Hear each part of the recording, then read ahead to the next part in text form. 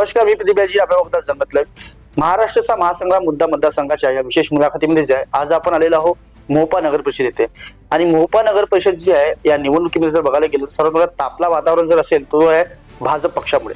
भाजप पक्षाचे दमदार जे एक नेतृत्व आहे कुठेतरी बघायला गेलं आणि उमेदवारच्या स्वरूपात जे निवडणुकीच्या रिंगणात उतरले आहेत ते म्हणजे प्रवीण शोते साहेब. एकंदरीत प्रवीण शोते साहेब, आपण निवडणुकीच्या रिंगणात उतरले आहात, असं आपणास का बरं वाटलं की आपण खरंच या निवडणुकीच्या रिंगणात उतरलं पाहिजे? काय असं मुख्य कारण असायला हवं? मोहोपा नगर परिषद मध्ये आतापर्यंत काँग्रेसची जे मागील 5 वर्षात सत्ता बसलेली होती तेव्हा मी विरोधी पक्ष गटनेता होतो. अशा वेळेस आमचा जो विरोध झाला आणि येथील जे त्यांचे माजी आमदार होते, कोणतेही विषय आमचे समजून घ्यायचे नाही किंवा कोणतेही विषय त्यांनी विशेष मार्गी लावले नाही. इथं भरपूरशा समस्या बाकी राहिलेल्या आहेत आणि मला पक्षानं थेट उमेदवारी दिली. भारतीय जनता पार्टीचा मी अधिकृत उमेदवार आहे नगराध्यक्ष पदाचा. अशा वेळेस पार्टीनं जे माझं काम पाहिलं मागील 5 वर्षात विरोधी गटनेता म्हणून जे मी काम केलं सभागृहात, ते काम बघता माझ्यावर पार्टीनं विश्वास टाकला. यात या राज्याचे महसूल मंत्री चंद्रशेखरजी बावनकुळे साहेब, आमचे आमदार आशिषजी देशमुख साहेब, आमचे जिल्हा अध्यक्ष मनोहरजी कुंभारे, आमचे नेते राजूजी पोतदार साहेब, बापूसाहेब हळदे, आमचे मार्गदर्शक आणि आमचे नेते या नगरीचे माजी नगराध्यक्ष हिमेश्वरजी यावलकर, ह्या सगळ्यांच्या आशीर्वादाने मला उमेदवारी मिळाली. आणि जो गावाचा रखडलेला विकास जो आहे त्याचा सगळा भार माझ्यावर टाकलेला आहे. आणि पक्षानं मला शब्द दिला की तू रिंगणात उतर आणि योग्य विजय मिळव, आम्ही तुझ्या पाठीशी आहे. पालकमंत्री साहेबांना सांगितलं आहे का तुम्ही माझ्याकडे कोणतीही विकास कामे घेऊन या, कुठेही मोहोप्याच्या विकासासाठी कमी पडणार नाही. आणि डॉक्टर आशिषजी देशमुख साहेब यांचा मोहोप्यावर विशेष आशीर्वाद आहे. परंतु बघायला गेलं कुठे जे काँग्रेसचे उमेदवार हे दावा ठोकून बसलेले आहेत की यंदा जे आहेत पुन्हा जे आहे आमची सत्ता असेल आम्हीच कुठेतरी गड राखून ठेवू, असं त्यांचं म्हणणं आहे. चुकीचा आहे, त्यांचा तो गैरसमज आहे. मागील 5 वर्षाचा जर तुम्ही विषय बघितला तर यांची अंतर्गत कलह एवढा होता मोहोपा नगर परिषद सभागृहामध्ये की यांचा उपाध्यक्ष सुद्धा यांच्यासोबत कधी बसला नाही. आणि नगराध्यक्षाचे जे त्या मावल्या होत्या शोभाताई कौटकर यांचे मिस्टर कोऑप मध्ये आले होते, ठीक आहे. तर ते दोघच जण सभागृह चालवायचे, त्यांच्या उपाध्यक्षालाही विश्वासात घ्यायचे नाही. त्यांचा जो सत्ता पक्ष गटनेते होते त्यांना सुद्धा विश्वासात घ्यायचे नाही. इव्हन त्यांना मीटिंगचे विषय सुद्धा माहीत राहायचे नाही. एवढी बेकार परिस्थिती या नगरपालिकेत त्या सभागृहात होती. ते दोघं पती पत्नी यांनी सत्ता चालवली जवळजवळ आणि गावाचा एकदम विकास थांबल्या गेला. ती माऊली कुठेही निधी मागायला गेली नाही, त्यांनी कोणतीही विकास कामे आणली नाही. आमदाराकडून जो निधी आला तेवढ्या ज्याच्यात त्यांनी कामं केले, बाकी कोणत्याही प्रकारचे त्यांनी विशेष निधी कुठून आणला बा असं काहीही झालेलं नाही. बघायला गेलं कुठेतरी जे तुम्ही म्हणताय की आंतरिक कल कुठेतरी काँग्रेस पक्षामध्ये, आंतरिक कल भाजप पक्षामध्ये सुद्धा दिसून येत आहे.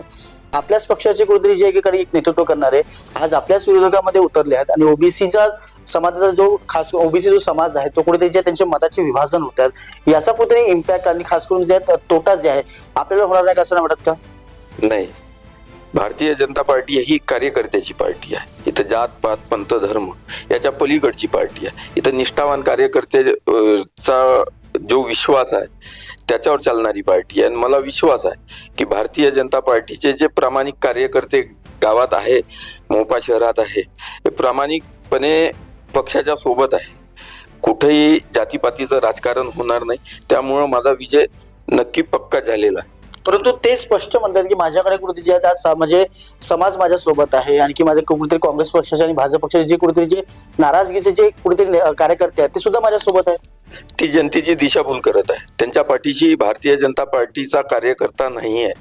ते फक्त इथले जे लोक आहे त्यांच्यात असं वातावरण पसरवत आहे की भारतीय जनता पार्टीचे काही लोक माझ्याशी जुळले आहे. त्यांना माझी एवढी सूचना आहे का कोणाचं तरी एकाचं नाव घ्यावं का जे त्यांच्या पाठीशी आहे. कोणीच नाही आहे. भारतीय जनता पार्टीचा एकही कार्यकर्ता त्यांच्या सोबत नाहीये, जे त्यांचे आहे आणि ते फक्त समाजाचं राजकारण करतात. मी याही आधी तुम्हाला सांगितलं आहे का भारतीय जनता पार्टी जात पात धर्म पंथ याच्या पलीकडची पार्टी आहे. भारतीय जनता पार्टी नागरिकांमध्ये कुठेही भेदभाव करत नाही, प्रत्येक समाजाला न्याय देण्याचा प्रयत्न करते. जसं आम्ही यावेळेस जवळजवळ तीन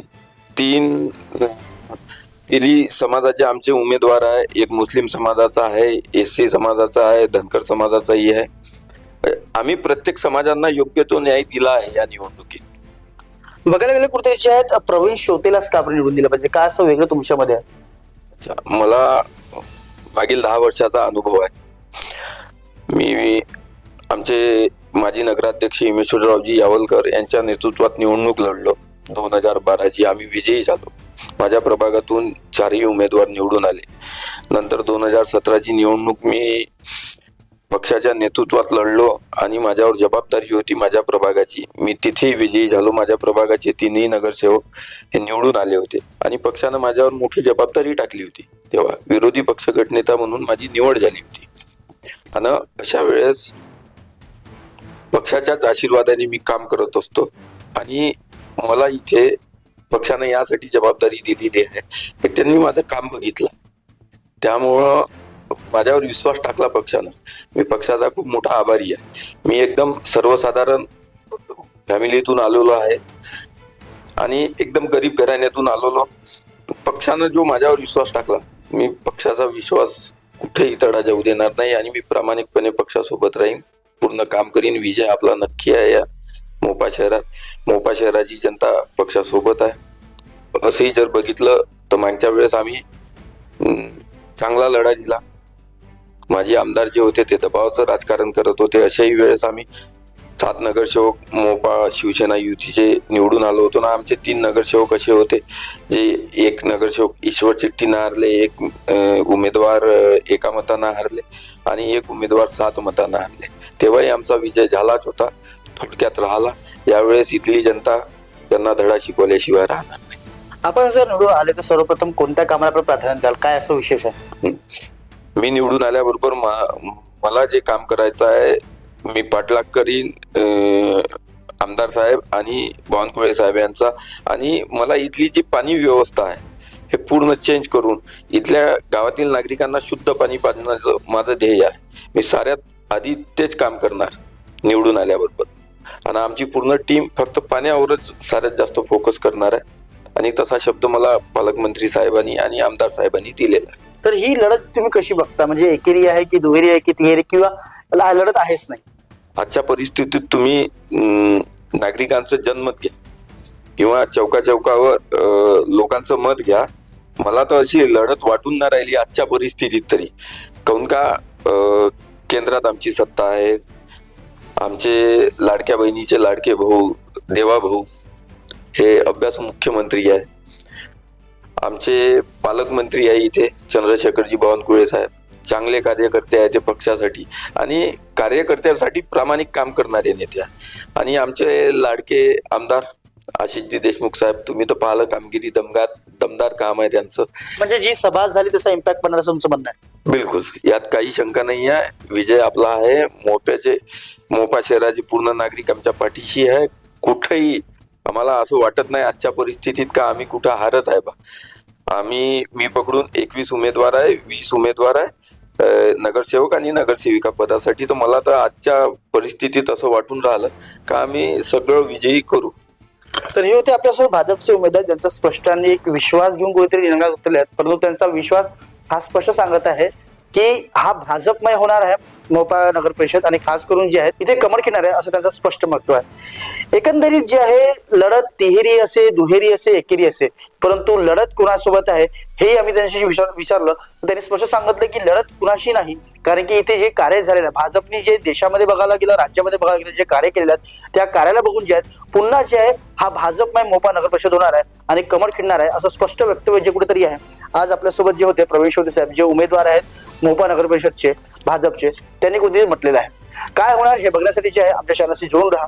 तेव्हापर्यंत बघत राहा जनमत लाईव्ह, महाराष्ट्राचा महासंग्राम, मुद्दा मतदारसंघाचा.